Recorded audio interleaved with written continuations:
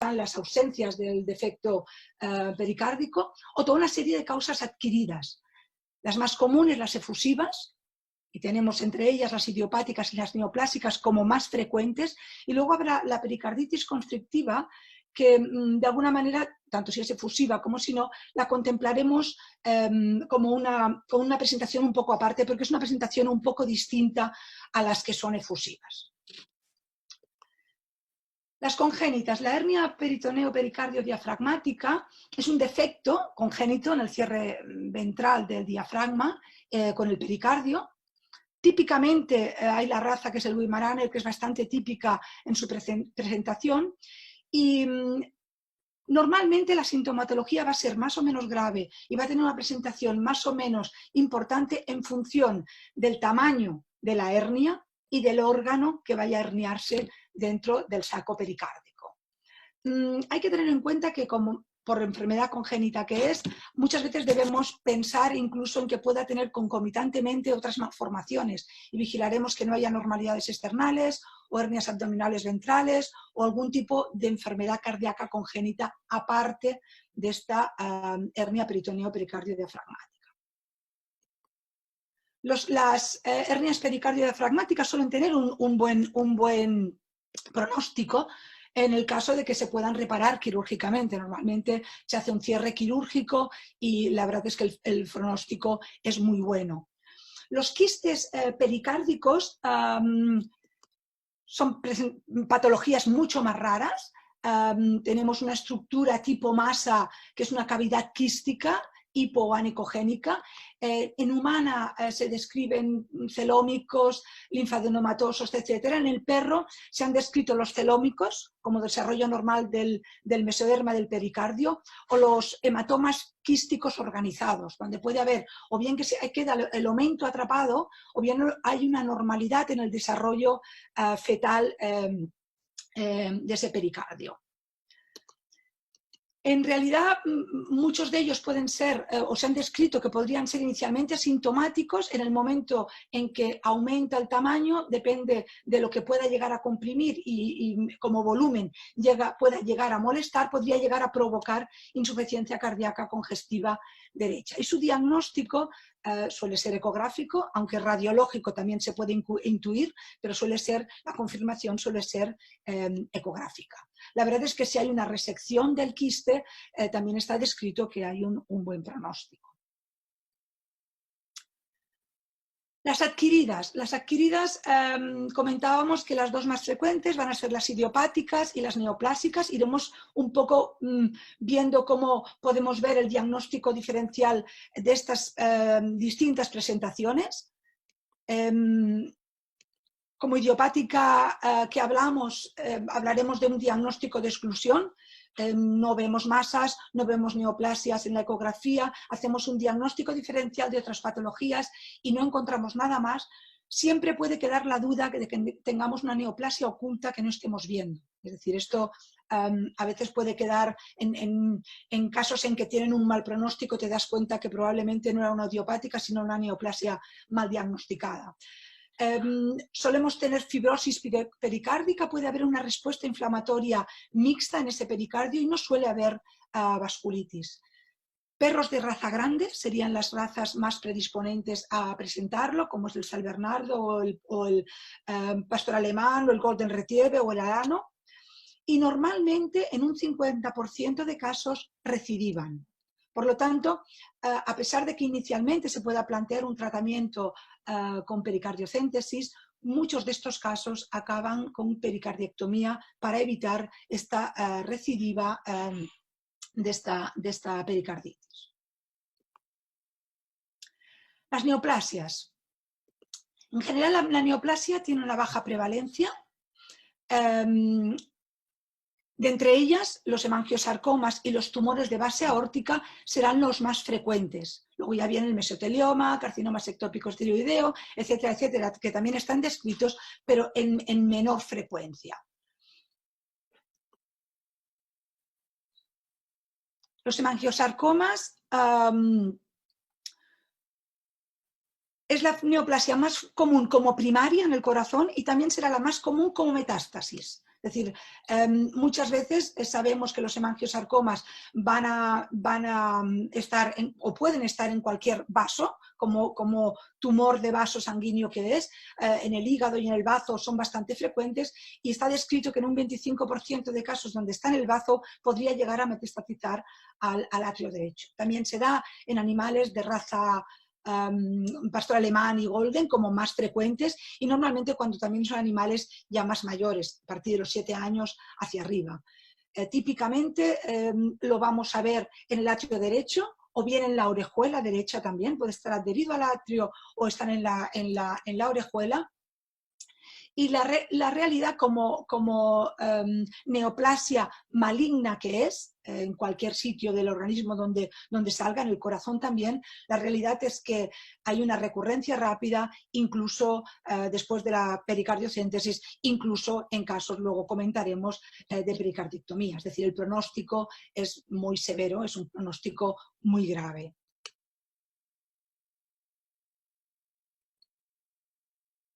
En muchas ocasiones no va a ser posible hacer la extirpación de la masa, pero en algún caso en que pueda estar situada en la orejuela, en la punta de la orejuela, sí que podría ser posible hacer una extirpación del hemangiosarcoma. Pero repito, en muchas ocasiones está pegado al atrio y eso no se podrá intervenir. Hay algún artículo publicado donde se habla de que la doxorubicina podría ser una alternativa, y hay estadísticas que podrían ser incluso comparables en este artículo publicado en el Small Animal Practicas, que serían comparables a la resección más quimioterapia. Es decir, quizás no tanto, pero prácticamente si se hablaba de una resección y quimioterapia de unos 170 días, solamente con la doxorubicina se llegaba a los 140 más o menos. Es decir, que sería una alternativa para prolongar un poco la esperanza de vida de estos pacientes.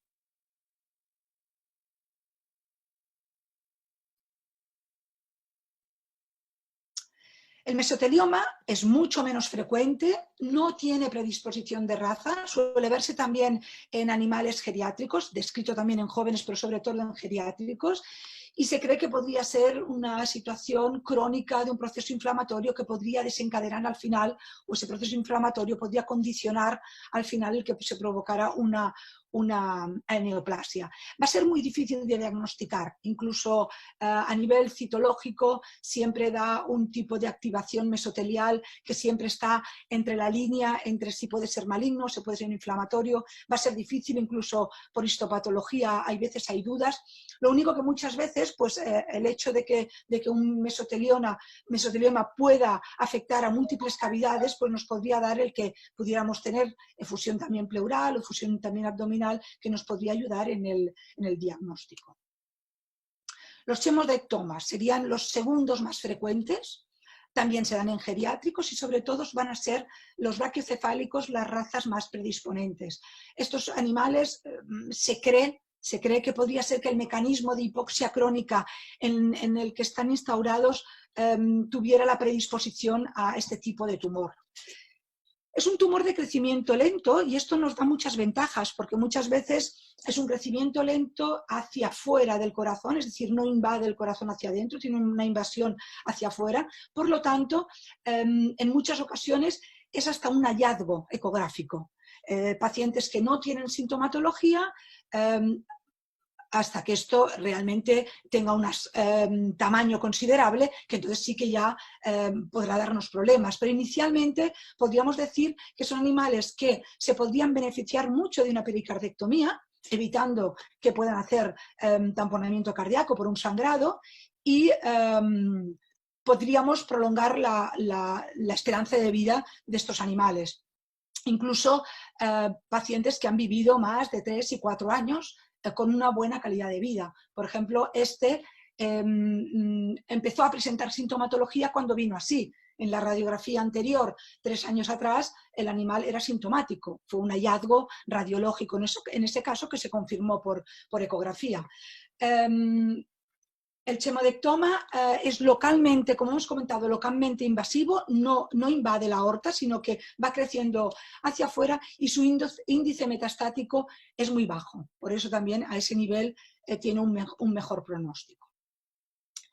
Otra neoplasia serían los linfomas. Hay un paper publicado ya hace muchos años donde MacGregor nos describe 12 casos en que se describió este linfoma. Es mucho menos frecuente que el resto. Él hablaba también de animales de edad también a media edad de 8 años en adelante. Los labradores y los goldens, los más frecuentes de presentación. Comentaba que a veces la hematología y la bioquímica no van a darnos pistas, no vamos a verlo ahí. Y incluso, por ejemplo, hipercalcemia, bastante típica en casos de linfoma, solo se vio en un caso. Y luego la ventaja que sí que tienen los linfomas es que sí que muchos de ellos pueden diagnosticarse a través del líquido pericárdico. Es decir, que en este caso concreto hablaban de 8 de los 12 casos presentados que sí que podían diagnosticarse por citología. Otra cosa a tener en cuenta en cuanto a las masas cardíacas, hemos comentado y hemos puesto ejemplos de las más típicas, pero a veces no todas las masas son neoplasias. Podemos tener trombos, podemos tener vegetaciones, podríamos tener en casos de, se ha puesto un marcapasos, que pudiéramos tener un problema iatrogénico o incluso plantearnos que no tuviéramos estructuras pues, extracardíacas, mediastínicas o pulmonares. Por lo tanto, hay que tenerlo en cuenta antes de dar un diagnóstico muy negativo y plantear posibles diagnósticos diferenciales. Otra posibilidad de tamponamiento cardíaco podría venir por la rotura del atrio izquierdo, y esto ocurre sobre todo en situaciones de enfermedad degenerativa de la válvula mitral, cuando son muy avanzadas, cuando tenemos una dilatación muy severa del atrio izquierdo. Sabemos que a partir de ratios superiores a 3 ya son susceptibles a rotura, donde puede haber una rotura del atrio izquierdo, ese atrio izquierdo sangraría y entonces se acumularía el líquido en la cavidad pericárdica. Realmente la presentación es con un pronóstico muy negativo, muy severo, porque realmente el problema de base de esa enfermedad mitral avanzada, que ya está con una situación de un atrio izquierdo muy grande, realmente nos da poco margen. Pero es cierto que hay muchos casos en que de una manera o espontánea o bien porque reducimos un poco la presión en la cavidad pericárdica, se vuelve a cerrar el atrio y algunos animales no mueren en el acto, como, bueno, muchos de ellos sí, otros podría ser que salieran de la situación aguda, ¿no? La realidad es que solamente drenaremos un poco para controlar los signos clínicos, porque hay que pensar que lo que estamos drenando es sangre del corazón que está sangrando. Es decir, la situación hace que todo tome un cáliz un poco distinto, ¿no? Estamos teniendo una hemorragia directamente por rotura cardíaca. Las infecciosas, las pericarditis infecciosas, estas también son muy poco frecuentes y también difíciles de diagnosticar, o bien algunas por traumatismos, por cuerpos extraños, heridas. De alguna manera entra un germen a nivel cardíaco y ocasiona estas pericarditis infecciosas. Muchas veces son fáciles de pasar por alto porque a veces no somos los escrupulosos que deberíamos con la recogida de muestras. Es decir, si no cogemos una muestra para analizar, una muestra que esté en un tubo adecuado para posteriormente decidir si queremos hacer un cultivo, pues muchas veces manipulamos los perros, ponemos antibióticos, hacemos cosas y eso puede pasarse por alto. Es decir, no es fácil el diagnóstico y si no estamos pendientes o con la idea de que esto puede pasar, se nos puede colar. De todas maneras, como enfermedad infecciosa que es a nivel cardíaco, pues todo y con eso el pronóstico es muy reservado. Y hablaríamos también pues, que tenemos lo que son coagulopatías, podríamos tener efusión pericárdica por insuficiencia cardíaca derecha, podríamos tenerla por hipoproteinemia, hipoalbuminemia, por uremia, es decir, deberíamos tener pendiente todo el diagnóstico diferencial en cada caso antes de llegar al diagnóstico de una idiopática. ¿Cómo se van a presentar estos perros? Porque creo que es bastante significativo el tener en cuenta que muchas veces la sintomatología y la presentación clínica ya va a ser parte de nuestro diagnóstico. Muchas veces, si estamos atentos, allí ya vamos a tener una alta sospecha de que podemos tener un derrame pericárdico, sobre todo cuando la cosa avanza y pueda tener tamponamiento cardíaco. Son animales que vienen con debilidad, con letargia, con intolerancia al ejercicio. Muchas veces hemos comentado que había insuficiencia cardíaca derecha, podemos ver ascitis, o animales que en situaciones muy graves puedan venir con síncopes o con colapsos. El examen físico será importante porque vamos a tener muchos signos clínicos que nos van a llevar ahí, nos van a llevar a esa fusión y a ese tamponamiento.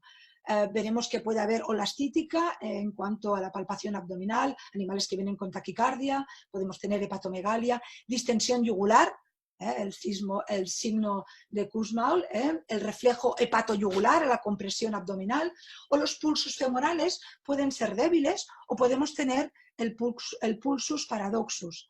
Recordamos esa diferencia de pulso durante la expiración y la inspiración. Sabemos que cuando el animal inspira, la presión intratorácica va a aumentar y a partir de allí habrá una mayor capacidad vascular pulmonar. Habrá un aumento del pool vascular a nivel pulmonar, por lo tanto el llenado del lado izquierdo será menor, se llenará menor el ventrículo izquierdo, el output izquierdo será menor y en contrapartida el lado derecho será mayor. Por eso tenemos esa diferencia de pulso que vamos a ver muy correlacionado con el ritmo respiratorio. A la vez, los sonidos cardíacos van a ser lejanos, van a estar atenuados, van a ser difíciles de auscultar. Por lo tanto, otro punto importante en cuanto a esta presentación física. Y luego también comentaba el que pudiéramos ver una distensión yugular con, incluso a veces con pulso yugular. Por lo tanto, muchas veces llamamos la triada de Beck, que será característica en el tamponamiento cardíaco crónico, sobre todo, donde vamos a tener hipotensión arterial, la ingurgitación de la yugular y estos sonidos cardíacos atenuados en un tanto por ciento muy elevado. Esa triada de Beck nos va a llevar a pensar que tenemos un tamponamiento cardíaco. Bien, hemos explorado el perro, tenemos la sospecha de que puede haber un tamponamiento cardíaco, pero eso habrá que confirmarlo. Por lo tanto, nos plantearemos unas pruebas diagnósticas para nuestro diferencial y para confirmar que tenemos realmente un tamponamiento cardíaco. El electro puede ser útil. Bueno, nos puede decir cosas. El electro puede ser un electro sinusal, pero también podría ser un electro donde hubiera una disminución en la amplitud de las ondas QRS, unos QRS de bajo voltaje. A veces podemos tener elevación del segmento ST o incluso podríamos tener complejos ventriculares. Y otra manera, o un electro bastante típico también en este tipo de problemas, sería la alternancia eléctrica. Tenemos ese corazón que se va moviendo dentro de ese pericardio y va cambiando el eje eléctrico. De alguna manera vamos viendo cómo tenemos una alternancia eléctrica en los complejos QRS. Los análisis de sangre. Más que para el diagnóstico diferencial, un poco recordando todas las causas que hemos comentado antes. Por lo tanto, deberemos ver que no haya ninguna patología primaria o incluso podríamos hacer las troponinas que podrían sernos útiles en casos de hemangiosarcoma. Hay algún artículo publicado donde habla que niveles muy altos, mayores de 2,5 de troponinas en perros sospechosos que podamos tener un tumor, pues nos harían pensar que el tumor pueda ser un hemangiosarcoma y que este pudiera estar en el atrio derecho. Es decir, que esto también podría ser de ayuda. A nivel radiológico, solemos ver una cardiomegalia importante, con un corazón que normalmente es mucho más esférico, es decir, perdemos la definición de las cámaras, la definición de los atrios con los ventrículos, queda como mucho más redondeado. Puede haber desviación dorsal de la tráquea al tener un corazón tan grande y podemos tener un aumento del contacto external. Incluso nos va a permitir la radiología poder explorar parte de los pulmones, es decir, hacer una exploración pulmonar porque no hubiera alguna otra cosa que tuviéramos que valorar. De todas maneras, corazones grandes los podemos ver tanto en un derrame pericárdico como lo podríamos ver en otras cardiomiopatías, es decir, en una cardiomiopatía dilatada o en otras cardiomiopatía. Por lo tanto, habrá una serie de cosas en esa cardiomegalia, como hemos comentado ahora, ese corazón más globoso. Luego, si nos fijamos en los vasos pulmonares, normalmente veremos que son pequeños, mientras que en otros tipos de cardiomegalias donde hay aumento o sobrecarga de volumen y de presión a nivel de las cámaras cardíacas, por ejemplo, izquierdas, que podría llevarnos a hacer un diferencial, veremos que sobre todo los vasos, las venas pulmonares estarán más aumentadas que las arterias. Y veremos también un aumento del atrio hacia dorsal o hacia caudo dorsal, que nos está indicando ya que, o podría ser sugestivo de que esto no fuera un derrame pericárdico. Podríamos ver también una cava caudal muy engrosada y si viéramos, por ejemplo, el abdomen, pues podríamos ver ascitis y podríamos ver otros signos como el patomegalia, que podrían ser compatibles con un proceso del lado derecho, una insuficiencia derecha. De todas maneras, todo esto puede ser que sea así, puede ayudar, nos puede ayudar. Tenemos ya la sintomatología clínica. Hemos hecho unas radiografías, pues vamos a ver en qué medidas son compatibles. Porque la precisión para distinguir esta efusión pericárdica, que sea por efusión pericárdica o por cardiomegalia sin efusión pericárdica, tampoco es 100%, es decir, tiene una precisión moderada. Y por lo que respecta al diagnóstico del tamponamiento cardíaco, va a tener poca sensibilidad y poca especificidad. Es decir, que no vamos a poder identificar radiológicamente, será muy difícil, un tamponamiento cardíaco. También en cuanto a radiología, ya que estamos aquí, quería comentar la buena especificidad que tiene en cuanto a detección de masas cardíacas, porque a veces las vemos y en ese sentido podría tener una buena especificidad, pero es muy poco sensible. Es decir, que tampoco no será el método de elección para el diagnóstico de masas cardíacas. Vamos a parar a la ecografía, es decir, sin duda va a ser la ecografía el método diagnóstico de elección en estos pacientes.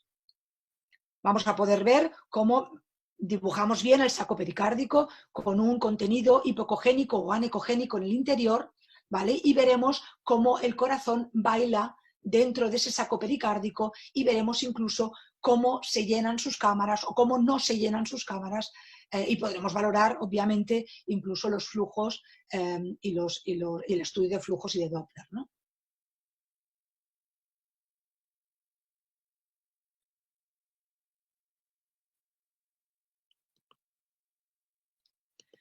El signo más sensible y específico de tamponamiento cardíaco va a ser precisamente ver el colapso del atrio derecho, un colapso de más del 50% del atrio derecho, como vemos aquí, que el atrio derecho se colapsa y no es capaz de llenarse.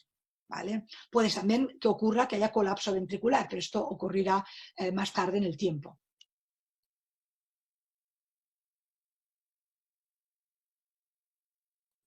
Parece que queda un poco colgado cuando pasan los vídeos. Otra cosa que podemos ver es que debido a que va a haber un llenado reducido, debido a que tenemos un líquido que está comprimiendo ese corazón, muchas veces nos podría dar la sensación de que tenemos las paredes engrosadas. Y esto va a correlacionar con el compromiso hemodinámico que tiene este corazón. A medida que aumenta el líquido, va comprimiéndolo y sobre todo va aumentando la presión en ese pericardio, todo eso siempre comprimiendo la capacidad de llenado de ese corazón.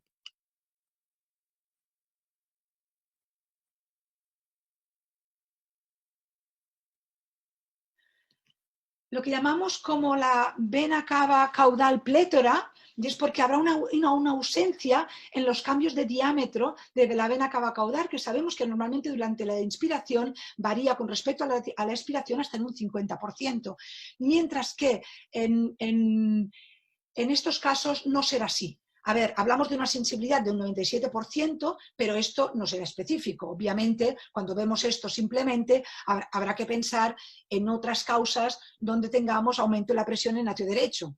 Patología de tricúspide, enfermedades de parásitos, etcétera, etcétera. Pero si vemos eso, hay que ir rápidamente. Si estamos en el abdomen y vemos esto, hay que ir rápidamente al corazón y hay que comprobar a ver cómo está ese atrio derecho.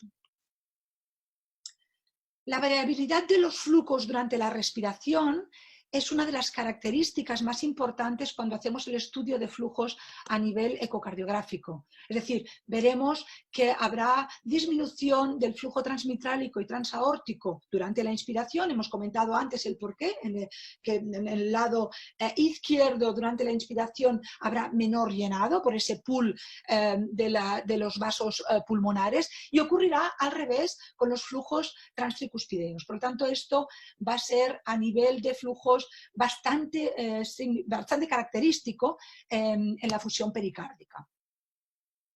Cuando hablamos de ecografía, y que nos podría ser útil porque estamos valorando también si podemos tener o no neoplasias, que las vamos a poder ver en una gran cantidad de casos, lo que parece ser que no está tan claro es que la localización del tumor vaya a corresponder de una manera con una alta accuracy, o sea, ahora no me sale la palabra,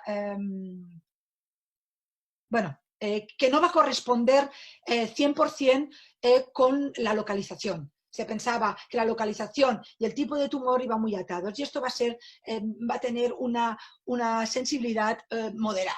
¿Vale? Es decir, luego se ha visto en este estudio que se publicó que realmente no todos los casos correspondían con los estudios histopatológicos posteriores. Por eso a veces, y teniendo ahora en cuenta que tenemos estas tecnologías, pues la verdad es que muchas veces más disponibles en nuestras clínicas, pues muchas veces a veces puede ser útil el que nos planteemos hacer un TAC o hacer una resonancia. Ya no porque nos vaya a diagnosticar el tipo de tumor, ni mucho menos, sino porque podremos hacer una valoración mucho más global del paciente. Podremos plantearnos si hubiera metástasis, podríamos plantearnos si hubiera también algún tipo de tumor primario en algún otro sitio, que pudiera ser, plantearnos que el que vemos en el corazón sea primario, sea metástasis ya, es decir, hay que hacer a veces una buena exploración, y la realidad es que tanto el TAC como la resonancia es un método alternativo para descartar otras patologías. Bien, el tratamiento. Tenemos estos individuos que tienen esta cantidad de líquido dentro del saco pericárdico, y a pesar de lo que pueda parecer, los diuréticos siempre van a estar contraindicados. Aunque queramos sacar un líquido del saco pericárdico, esta no va a ser la manera. Es decir, el diurético va a hacer que disminuya la precarga, va a hacer que disminuya la poca precarga que ya está llegando en ese corazón en situación de tamponamiento cardíaco. Por lo tanto, ni en un intento de querer estabilizar nada antes de hacer nada, el diurético no lo vamos a poner. El tratamiento siempre va a ser intentar vaciar ese líquido del pericárdico. Es decir, habrá que hacer una pericardiocéntesis y conseguir vaciar el líquido y bajar esa presión intrapericárdica. Prepararemos el paciente. Muchas veces puede hacer falta ponerles oxígeno, sedación en muy pocas ocasiones, y hay que ir con mucho cuidado porque tenemos un animal que hemodinámicamente está muy inestable, pero bueno, alguna vez tenemos animales muy inestables, muy agresivos, es decir, que si es necesario, pues lo valoraremos, lo conectaremos a un ECG para poder monitorizar todo el rato todo lo que vamos a hacer. Prepararemos el paciente, rasuraremos y desinfectaremos la zona donde vamos a funcionar, y en la medida que sea posible iremos adelantando una analítica que nos dirá un poco clínicamente cómo se encuentra, nos ayudará a saber cómo se encuentra. El paciente siempre estará o podría estar de lateral izquierdo, de lateral derecho en posición external. Esto es un poco, va a depender del operador que va a hacer el vaciado, pues cómo se encuentre más cómodo, en la posición de poner al paciente. Lo que sí que está bastante claro que en la medida que sea posible intentaremos entrar por el lateral derecho, intentando preservar y alejar lo más posible las grandes coronarias del lado izquierdo, ¿no? Entonces entraremos por el lado derecho. Hay persona que prefiere ir por debajo, el corazón queda recostado sobre el lado derecho, y entonces entra por debajo, o hay persona que prefiere hacer el acceso por arriba. Siempre estaremos alrededor del cuarto y sexto espacio intercostal, pero lo ideal es que trabajemos con el ecógrafo, que entonces nos permitirá saber exactamente dónde queremos ir. Si no, alrededor de la unión condrocostal sería un buen sitio para hacer la punción, pero lo ideal es que el ecógrafo nos guíe. Hay varios tipos de catéteres o de palomillas, dependiendo del tamaño del perro. Normalmente utilizamos, nosotros en la clínica utilizamos el AngioCat, porque la verdad es que es muy fácil de manipular, es como un catéter normal, un poquito más largo y un poquito más grueso, que tiene la aguja, que va a ser con la que voy a pasar la pared torácica, voy a entrar en cavidad torácica, voy a entrar dentro del pericardio y cuando estoy dentro voy a pasar el catéter de plástico y voy a retirar la aguja para no dañar al corazón. Todo esto lo uniremos a un equipo inyector con una válvula de 3 vías para poder hacer un vaciado de todo el líquido posible. Comentábamos al principio que hacíamos el seguimiento ecográfico, porque siempre hay que estar muy pendiente de que estamos poniendo un catéter dentro del corazón, hay que vigilar que no dañemos o la pared ventricular o que no dañemos y provoquemos alguna arritmia, por lo tanto estaremos muy atentos con el electro puesto y drenaremos todo el líquido posible. Muchas veces dañamos o rompemos o rasgamos el pericardio y todo el líquido va a parar a la cavidad pleural. Es otra opción, a veces ocurre, es decir, en el momento en que pones, depende de la presión que hay allí, puedes romperlo.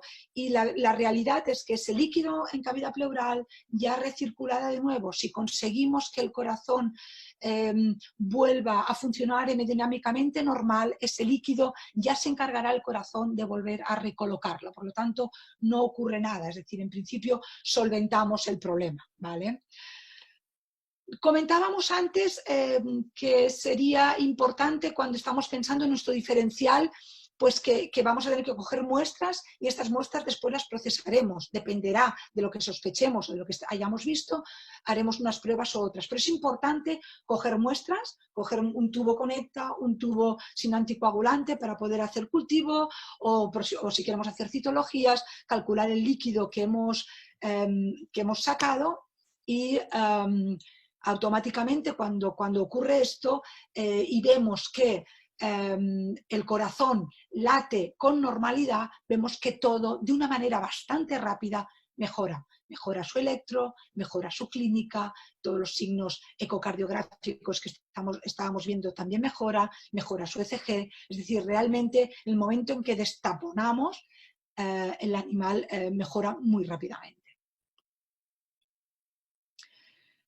De todas maneras, hay que vigilar porque esta prueba es una prueba invasiva, por lo tanto, tendremos que vigilar que no podamos provocar un neumotórax, lo que comentábamos antes, que no puncionemos la musculatura cardíaca, que podamos lacerar el epicardio, provocaríamos arritmias o provocaríamos una hemorragia o podamos lacerar los grandes vasos. Es decir, cuidado porque no es una prueba no cruenta, es decir, es necesaria, es un tratamiento de urgencia, hay que hacerlo lo mejor posible y hay que asumir que puede haber algún tipo de complicación. ¿Podemos diseminar infecciones? También, y sobre todo en casos de neoplasia también podría ser. Cuando comentábamos antes, rasgamos el pericardio y todo el líquido va a parar al espacio pleural, solucionamos la urgencia, pero podemos diseminar neoplasia. Es decir, esto puede ocurrir. Analizaremos, como hemos comentado, para hacer citologías, para valorar un cultivo si lo creemos importante, y muchas veces cuando hacemos la citología no siempre van a ser diagnósticas. La realidad es que el estudio citológico no siempre es diagnóstico, sobre todo si el líquido que sacamos es muy hemorrágico, entonces cuesta mucho de sacar información. Si es con un hematocrito menor del 10%, a veces podemos sacar información importante para el diagnóstico, pero todo dependerá del tipo de patología que tengamos. Hay tumores que exfolian muy bien, los linfomas los podemos ver muchas veces, las infecciones también, podemos ver los neutrófilos degenerados con bacterias intracitoplasmáticas, podemos ver incluso, en algún caso hemos visto leishmania asociada a un derrame pericárdico, pero muchas veces también podemos ver tumores que no exfolian, por lo tanto, un líquido sin información diagnóstica. Y con los mesoteliomas, como ya hemos dicho antes, a veces sí que ves esas células, pero son muy difíciles de clasificar. El tratamiento, una vez hemos estabilizado el perro con esta pericardiocentesis que hemos dicho, muchas veces pasa por una pericardectomía.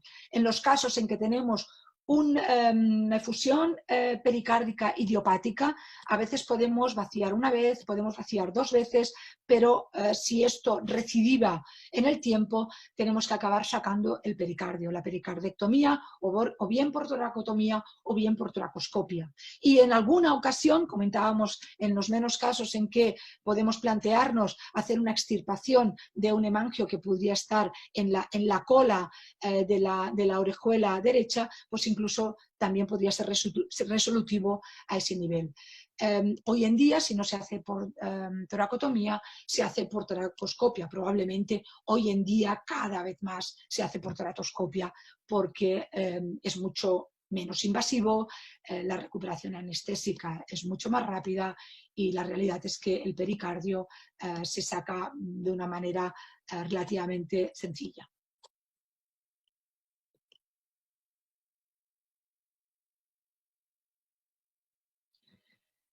El pronóstico también va a depender. El pronóstico va a depender pues, del diagnóstico que hayamos hecho. Las fusiones idiopáticas, una vez se realiza la pericardectomía o cuando hemos conseguido operar una hernia pericardio diafragmática, pues es muy bueno. Pero si tenemos un tumor, pues entonces variará de la gravedad del tumor y variará de esta etiología primaria. Si la podemos solucionar, si tiene tratamiento o no lo tiene. Comentaba antes y dejábamos para el final las pericarditis constrictivas y las pongo un poco aparte porque creo que a pesar de que es una pericarditis, pues tiene unas connotaciones distintas y bueno, tiene una dificultad distinta sobre todo al diagnóstico. Cuando hablamos de pericarditis constrictiva, hablamos de una inflamación crónica del saco pericárdico con un engrosamiento importante del mismo. Suele haber degeneración fibrótica y puede ser que tengamos que sea efusiva con muy poca cantidad de líquido o incluso no efusiva, es decir, que tengamos el pericardio visceral y el pericardio parietal completamente fusionados. Ese pericardio, de todas maneras, tanto si es efusivo como si no, tiene una pérdida importante de la distensibilidad. Entonces, este pericardio lo que va a hacer, va a dejar al corazón completamente encorsetado dentro de esa coraza, como si estuviera metido dentro de una armadura que prácticamente no se puede mover. No es muy común, pero sí que es muy difícil su diagnóstico. Suele ser secundaria o bien tenemos las efusiones idiopáticas muy recurrentes, que al final han acabado provocando una inflamación crónica muy continua de ese pericardio y ha acabado fibrosándose. Podría ser también por neoplasia. Se han descrito casos de cuerpos extraños, incluso casos de pericarditis. Va a ser otra vez en la ecografía donde vamos a ver que realmente en corazones donde, por ejemplo, en este caso estamos viendo que tenemos muy poca cantidad de líquido, pero en cambio ya tenemos el atrio que está colapsando, el atrio derecho se está colapsando. El pericardio muchas veces es inmóvil, muchas veces está mucho más grueso y podemos verlo más ecogénico, aunque hay un tanto por ciento en que no, en que el pericardio tiene un aspecto a la ecografía bastante normal. Podemos ver también la vena cava caudal y las suprahepáticas dilatadas y un cese repentino en el llenado ventricular diastólico debido a ese encorsetamiento que está teniendo el corazón dentro de esa coraza tan importante. ¿Qué ocurre? Que como tenemos muy poca cantidad de líquido o a veces puede ser que no sea efusiva, por lo tanto no veamos ese líquido, ahí es donde está el reto diagnóstico, porque no será tan fácil como las efusiones pericárdicas que hemos visto hasta ahora.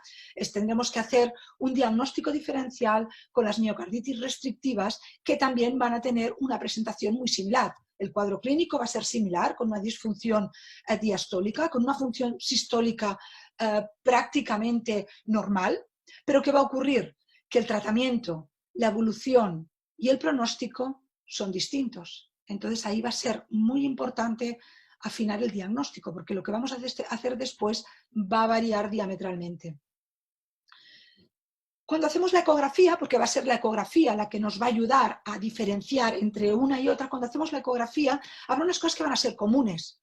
Las cámaras ventriculares con dimensiones normales, las paredes de los ventrículos con grosores normales, la función sistólica comentábamos que estaba conservada, dilatación de venas hepáticas, un patrón de llenado ventricular también mayor a 1,5 y podíamos ver también la onda de la aceleración de la onda E también menor a 160 milisegundos. Esto podría ser como común en ambas patologías, pero va a ocurrir que habrá cosas en las que tendremos que poner atención para ver si las podremos diferenciar. Por ejemplo, cuando estamos hablando de pericarditis constrictiva, hay un movimiento brusco septal, que se hace una muesca septal, que eso lo podemos ver en la ecografía y lo podemos ver en el movimiento del septo, sobre todo en el modo M. También podemos tener movimiento aplanado, aplanamiento del septo durante la diástole, y esto lo veremos sobre todo también en la pericarditis constrictiva, mientras no será tan frecuente en las miocarditis. Dilataciones auriculares en las pericarditis constrictivas probablemente no lo veremos, todo lo contrario, mientras que en las miocarditis sí podemos ver dilatación, lo mismo que insuficiencias valvulares, serán más frecuentes en miocarditis que en pericarditis. Comentábamos antes la variabilidad de los flujos respecto a la respiración, que hemos comentado, pues aquí ocurrirá lo mismo. Es decir, en caso en que tengamos una pericarditis constrictiva, veremos una variación durante la inspiración y la expiración, los flujos transmitrálicos y transtricuspideos, y transaórtico también, como hemos comentado. Por otro lado, también nos puede ayudar el Doppler tisular. En las miocarditis solemos tener una E' muy disminuida, en las pericarditis no tanto, pero en la pericarditis sí que podemos ver que tenemos una variación entre la E septal y la parietal. Es decir, que ahí también podría haber, en el análisis del Doppler tisular, podríamos ver diferencias que nos podrían ayudar. Es cierto que también podemos ver el aumento del grosor del pericardio que veríamos en estas pericarditis, salvando o teniendo en cuenta que muchas veces en un 20% eso se nos podría pasar. ¿Qué hacemos con estas pericarditis constrictivas? Bueno, el tratamiento también será intentar hacer una pericardiectomía y intentar liberar ese corazón de ese pericardio que lo está comprimiendo. Pero en este caso el pronóstico es mucho peor. Si estamos hablando de cronicidad ya de un proceso anterior y entonces salvando incluso en casos que no sean neoplasias, también hablamos de procesos inflamatorios crónicos y entonces el pronóstico es mucho más reservado.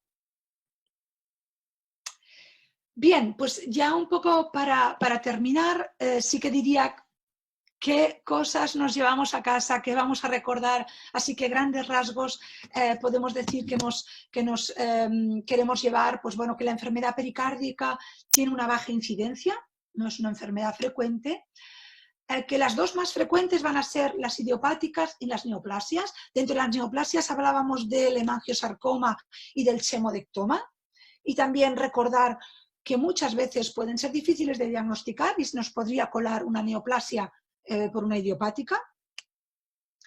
Comentamos también que podemos hacer una labor clínica muy importante y haciendo una muy buena exploración clínica prácticamente vamos a tener el diagnóstico. Vamos a tener un diagnóstico clínico, pero vamos a decir, este animal seguro que va a tener un tamponamiento.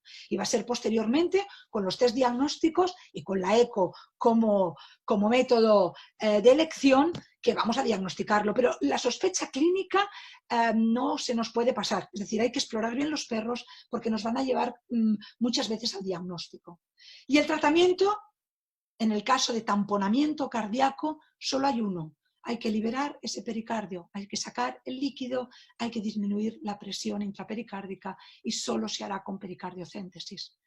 Y es un tratamiento de urgencia, es decir, hay que estar preparados para ello, porque puede venir de urgencias y tenemos que saber proceder. Y luego, pues, el reto de estas pericarditis constrictivas en cuanto a diferencias entre las restrictivas de miocardio y las constrictivas pericárdicas, que, bueno, que son difíciles, pero que ahí os he dejado unos apuntes para poder atención en la próxima que tengáis. Y yo creo que eso es todo lo que os quería contar sobre el pericardio. Muchas gracias por vuestra atención y espero que os haya gustado. Hola, profesora, muchas gracias. Charla muy, muy buena, sí, con informaciones muy importantes, con los vídeos, con sí, la fisiología, Bueno, la hemodinámica fue muy bien demostrada. Muchas bueno, gracias. Creo muchas que, gracias. creo que tenemos algunas preguntas acá.